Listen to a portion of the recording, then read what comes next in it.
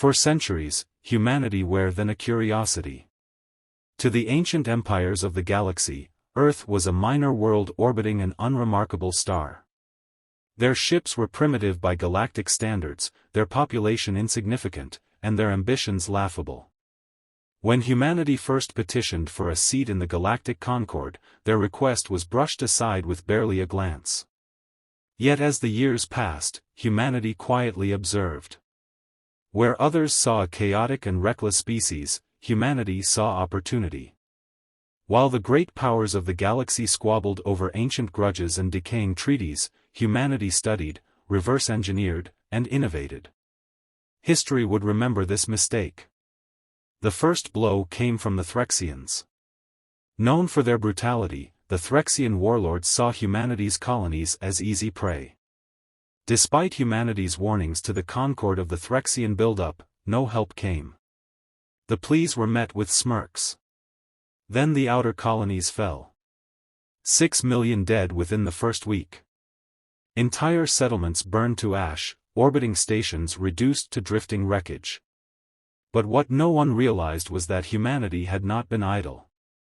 Their defenses had been rebuilt in secret. When the Threxians pushed toward Luton Prime, they were met not by farmers and miners, but by a fleet of warships unlike anything the galaxy had seen. The Battle of Luton Prime lasted only hours. The human fleet moved with terrifying efficiency.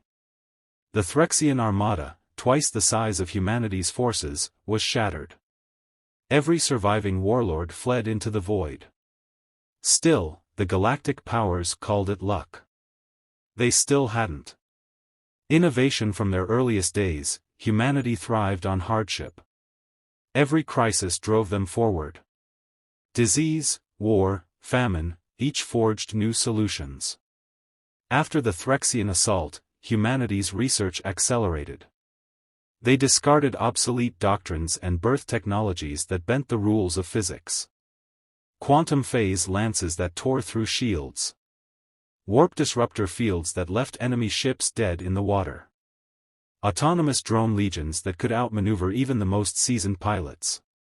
The galaxy, content with thousands of years of stagnation, watched as humanity leaped ahead by centuries in mere decades.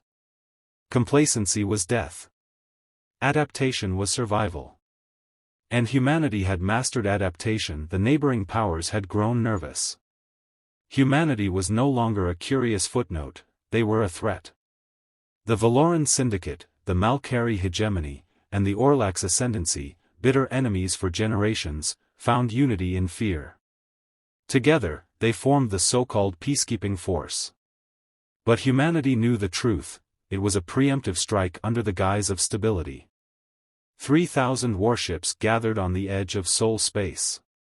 Diplomats issued false platitudes, but their intentions were clear. So humanity did what it always had. They moved for. The Allied fleet crossed into Sol expecting disarray and panic. Instead, they found a solar system transformed into a fortress. Every celestial body had been militarized. The asteroid belt was a minefield of kinetic warheads. The moons of Jupiter bristled with plasma batteries. Earth itself, once considered helpless, now projected a shield web strong enough to withstand planetary bombardment. The battle raged for 3 days. When the smoke cleared, 90% of the Allied fleet had been annihilated. Humanity's losses were minimal. The galaxy, watching from afar, finally began to understand the magnitude of their mistake. Do not corner humanity. Do not force their hand. When you do, they will strike with unrelenting fury. With their enemies broken and scattered, humanity stood at a crossroads. They could have conquered. Enslaved. Extracted vengeance. But instead, they rebuilt. Human convoys brought supplies to shattered worlds. They offered to repair the starbases that had launched weapons against them. Aid was extended, not as conquerors, but as equals. When Ambassador Leona Hayes was asked why humanity showed mercy, she simply replied, because strength means nothing if it isn't used wisely. The galaxy expected monsters. Instead, they found leaders. Yet not all were willing to learn. The Xiran Clade, masters of espionage, believed that humanity could be undone from within. They infiltrated colonies, corrupted supply lines, and sowed disinformation. For a time, the damage was real. But humanity responded, not with brute force, but with surgical precision. Intelligence agencies unraveled the Xiran networks. Public broadcasts exposed operatives in real time. Entire fleets moved under stealth protocols to eliminate Xiran strongholds before they could react. The final blow came with the deployment of the Ghost Fleet. Silent, invisible, and unstoppable, it dismantled Xiran infrastructure across 3 sectors without a single open engagement. Underestimating humanity's mind proved just as fatal as underestimating their might. The old galactic concord collapsed under the weight of its failures. It was clear the system had rotted from within. Humanity proposed a new order, the United Systems Council. For the first time in galactic history, power was distributed equally.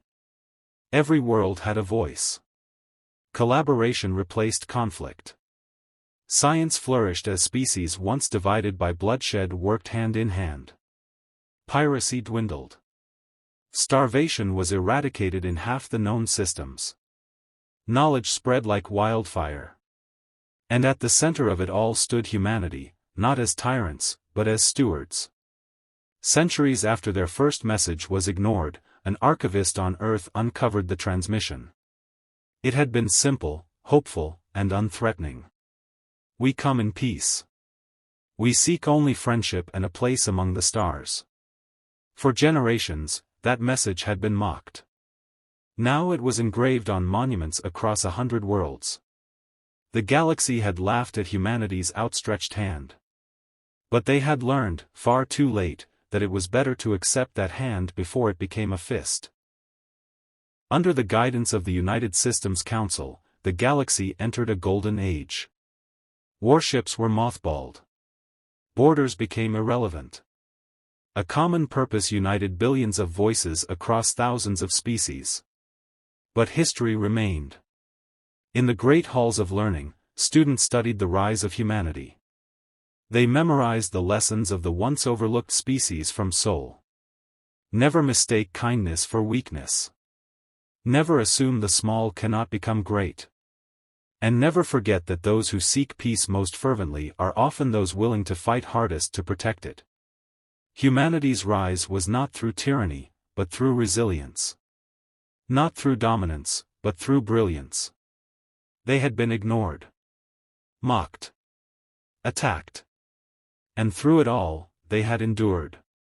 In the end, humanity became the greatest lesson the galaxy would ever learn.